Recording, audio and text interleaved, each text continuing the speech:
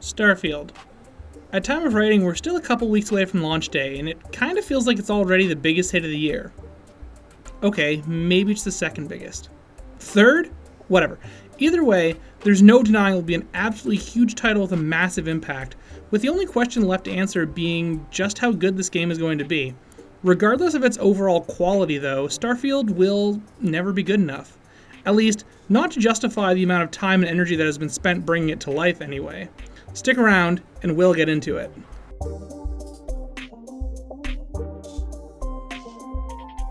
First, a little background. Bethesda Game Studios was founded in 2001 and released its first game, The Elder Scrolls III: Morrowind, a year later in 2002. Starfield, their newest title, is set to release in September 2023, over 2 decades later. To understand the effects that ballooning game development times have had on the game industry, let's take a look at all the major releases that came out in between, and see why I think Starfield can't be good enough. We'll divide this into the first and second decades of the studio's lifespan, measuring everything that came out before 2012 against everything that's come out since. After Morrowind in 2002 were a couple drag racing games that aren't particularly remembered fondly, and the smash hit that was Oblivion in 2006.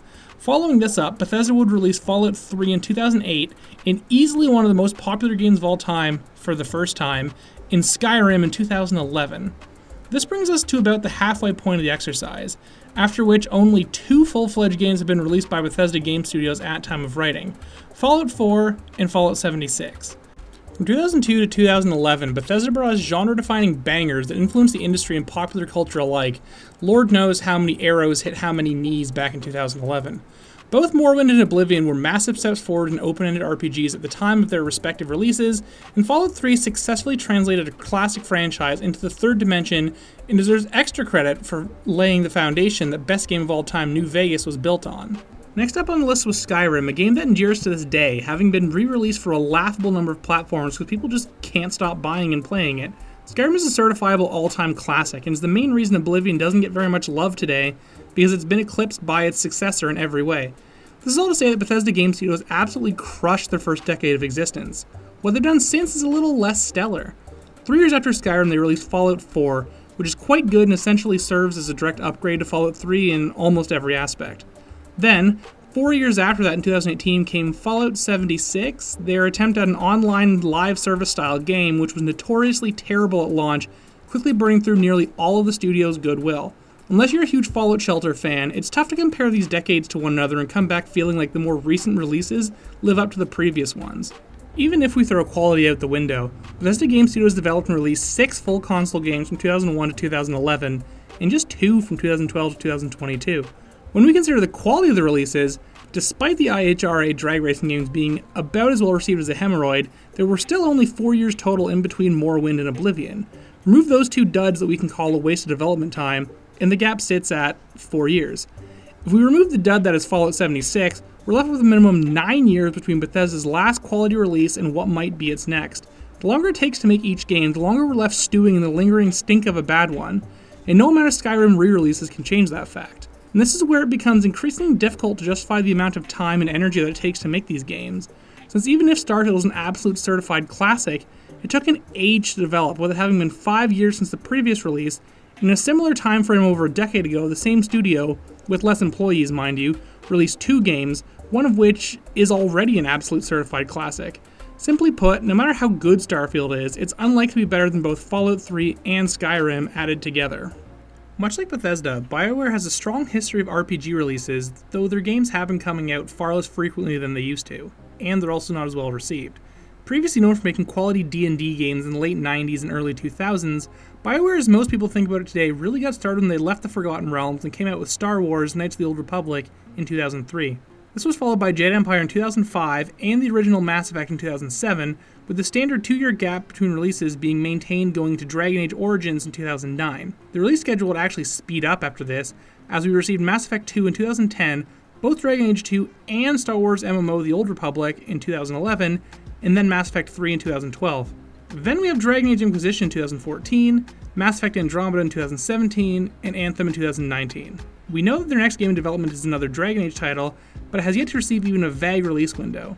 If we look at BioWare's releases across the last 20 years, we have 8 in the first 10 years, and only 3 plus ongoing support for another in the most recent 10. 3.5 if you're feeling charitable and want to give them partial credit for the unreleased Dragon Age Dreadwolf. It's even more damning if you look at originality, since we saw the beginnings of 4 original series during that earlier period and only 1 in the time since. This is not to completely praise the release schedule of earlier BioWare games though, since Dragon Age 2 was notoriously rushed by EA and did suffer for it, with a lot of clear asset reuse undercutting the game's better elements at times. This release schedule is even more damning though when we look at the overall quality of the releases themselves, since I doubt even the most charitable of people could look at the latter slate of games and compare them favorably to the former. As I mentioned in Bethesda's section, the pressure on each game to be critically and financially successful is increased greatly when there are less games coming out, since there's nothing else following to prop up disappointing sales or wash the bad taste out of our mouths. Consider that we've had over 4 years now since the overwhelming failure that was Anthem, with nothing else but a remastered trilogy to redeem the studio or take the pressure off their upcoming game. The single game that best illustrates the dilemma of modern game development, I think, is Jade Empire. Far from BioWare's most popular or well-known game, this RPG based on Chinese mythology and history reviewed respectably well and sold below expectations at the time, and didn't go on to spawn a successful franchise the same way their next couple games would. But this is exactly the type of game that is missing from the lineups of big game publishers today. As development times and budgets grow, smaller, more experimental games are being crowded out of release lineups, and we see less and less games like Jade Empire. It may not be many people's favorite BioWare game, but it's still interesting and good and deserves to exist. It's a shame that games like this don't tend to get released anymore. After talking about a couple companies who've slipped up with their releases of late, I'd like to talk about another developer who is still releasing bangers by most accounts, ROCKSTAR Games. It's a lot easier to make my point when there are games like Anthem coming out, since it isn't really controversial to point to it and then back to Mass Effect 2 and say, wow, wasn't it better back then? So I figured I'd use a developer that critics are actually still happy with as an example instead.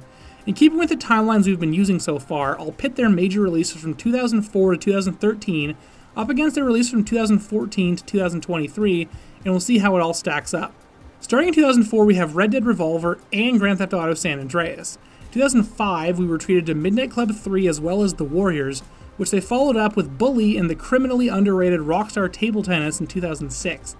Then, 2007 was a slower year, only seeing Manhunt 2 released, but they more than made up for it in 2008 by releasing both Midnight Club Los Angeles and Grand Theft Auto 4. 2009 didn't see any major releases as Rockstar focused on story DLC for GTA 4 instead, but we did receive Red Dead Redemption in 2010. After this, 2011 would see the release of LA Noire, 2012 brought us Max Payne 3, in 2013 Rockstar dropped what would become the single most profitable piece of entertainment media of all time, Grand Theft Auto 5. In this decade, we have 12 games, plus table tennis, and GTA expansions, which is a stellar body of work. In the decade since, we have Red Dead Redemption 2. Seriously, that's it, besides GTA Online support. In fairness, Rockstar has been working on GTA 6, though it doesn't have a release date yet either, and a lot of their energy has been spent promoting Whale Shark cash cards for GTA Online. That being said though, it's really hard to look at their output over the last decade and feel like it's been worth it. Even though Red Dead 2 was lauded at release and is considered by a lot of people to be one of the best games of all time, and it is an absolutely huge and detailed game, can you honestly say you'd rather have it instead of all those other games? Even if you want to count the time spent developing GTA 6, and we say it comes out in 2025, we're adding the original Manhunt, Max Payne 2, Midnight Club 2, and Grand Theft Auto Vice City to the list by stretching the timeline out an equal amount in the other direction. Let's say for argument's sake that Red Dead 2 is your favorite Rockstar game, and that GTA 6 would supplant it and be even better. Are they still both realistically better together than 16 other entire games with a larger variety?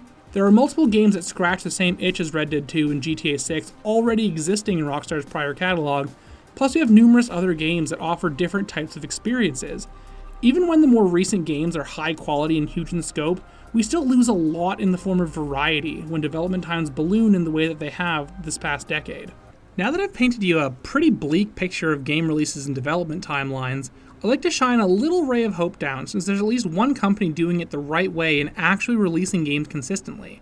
I'm talking, of course, about every YouTuber's favorite, FromSoft. We'll begin in 2009 with Demon's Souls, which is when they really started to hit mainstream audiences and make the style of game that they've been making ever since. After Demon's Souls came Dark Souls in 2011, which is the namesake for an entire genre and absolutely solidified that these are the type of game they should be making. As a bonus, we got Armored Core 5 in 2012, and then Dark Souls 2 just 2 years after that in 2014. To follow this up, FROMSOFT released Bloodborne in 2015 and then Dark Souls 3 in 2016. After this, we would have to wait 3 years, the longest gap yet, for Sekiro: Shadows Die Twice in 2019, which will be followed up by Elden Ring in 2022 after another 3-year gap. Then, although it has yet to release at time of writing and may or may not be up when this video goes out, is Armored Core 6 in 2023. And that's just the major releases. Mobile Suit Gundam Unicorn, anyone? Looking at this timeline, FromSoftware absolutely puts the other developers on this list to shame. There's zero argument for this being related to lack of ambition or quality, as Elden Ring was an absolutely massive landmark title and is already considered by many to be one of the best games ever made. There's been a slightly longer gap between the most recent releases than there has been historically, but not nearly to the extent that we've seen with the other companies we've looked at today. It's hard to point to exactly why they've been able to keep pumping out major titles at a pace and quality other developers struggle to match, since game development is a horrifically complex undertaking, and there are thousands of factors that go into each game making it to market that I really can't speak to. Each developer we talked about has their own reasons for slow or poorer quality releases. For both BIOWARE and Bethesda in the 2010s, there were some struggles with pivots to live service style games that really didn't pan out for either of them. For Bethesda now, as they ramp up to Starfield, they find themselves choosing to make one absolutely massive game instead of several smaller games, kind of like ROCKSTAR, who've had so much money pouring in from GTA Online, they've probably put a lot of their time into finding new money pits and offshore accounts to keep it all in. That and texturing horse balls, I guess. Whether it be caused by graphics or a push for bigger worlds or just mismanagement from the top, game development cycles have grown longer and longer across the board for nearly every game company. While this has resulted in some deep and excellent titles, it's also come at the cost of variety and consistency. The game industry needs to find some balance in the scope and timing of their game releases. As longer each game takes to come out, the more it needs to succeed. We find ourselves with large and detailed but ultimately safe and unambitious releases, as developers can't afford to take a risk on a game that takes half a decade to complete. Thanks again for sticking with me through this one, and as always, consider liking and or subscribing if you feel like supporting the channel. I will always appreciate it.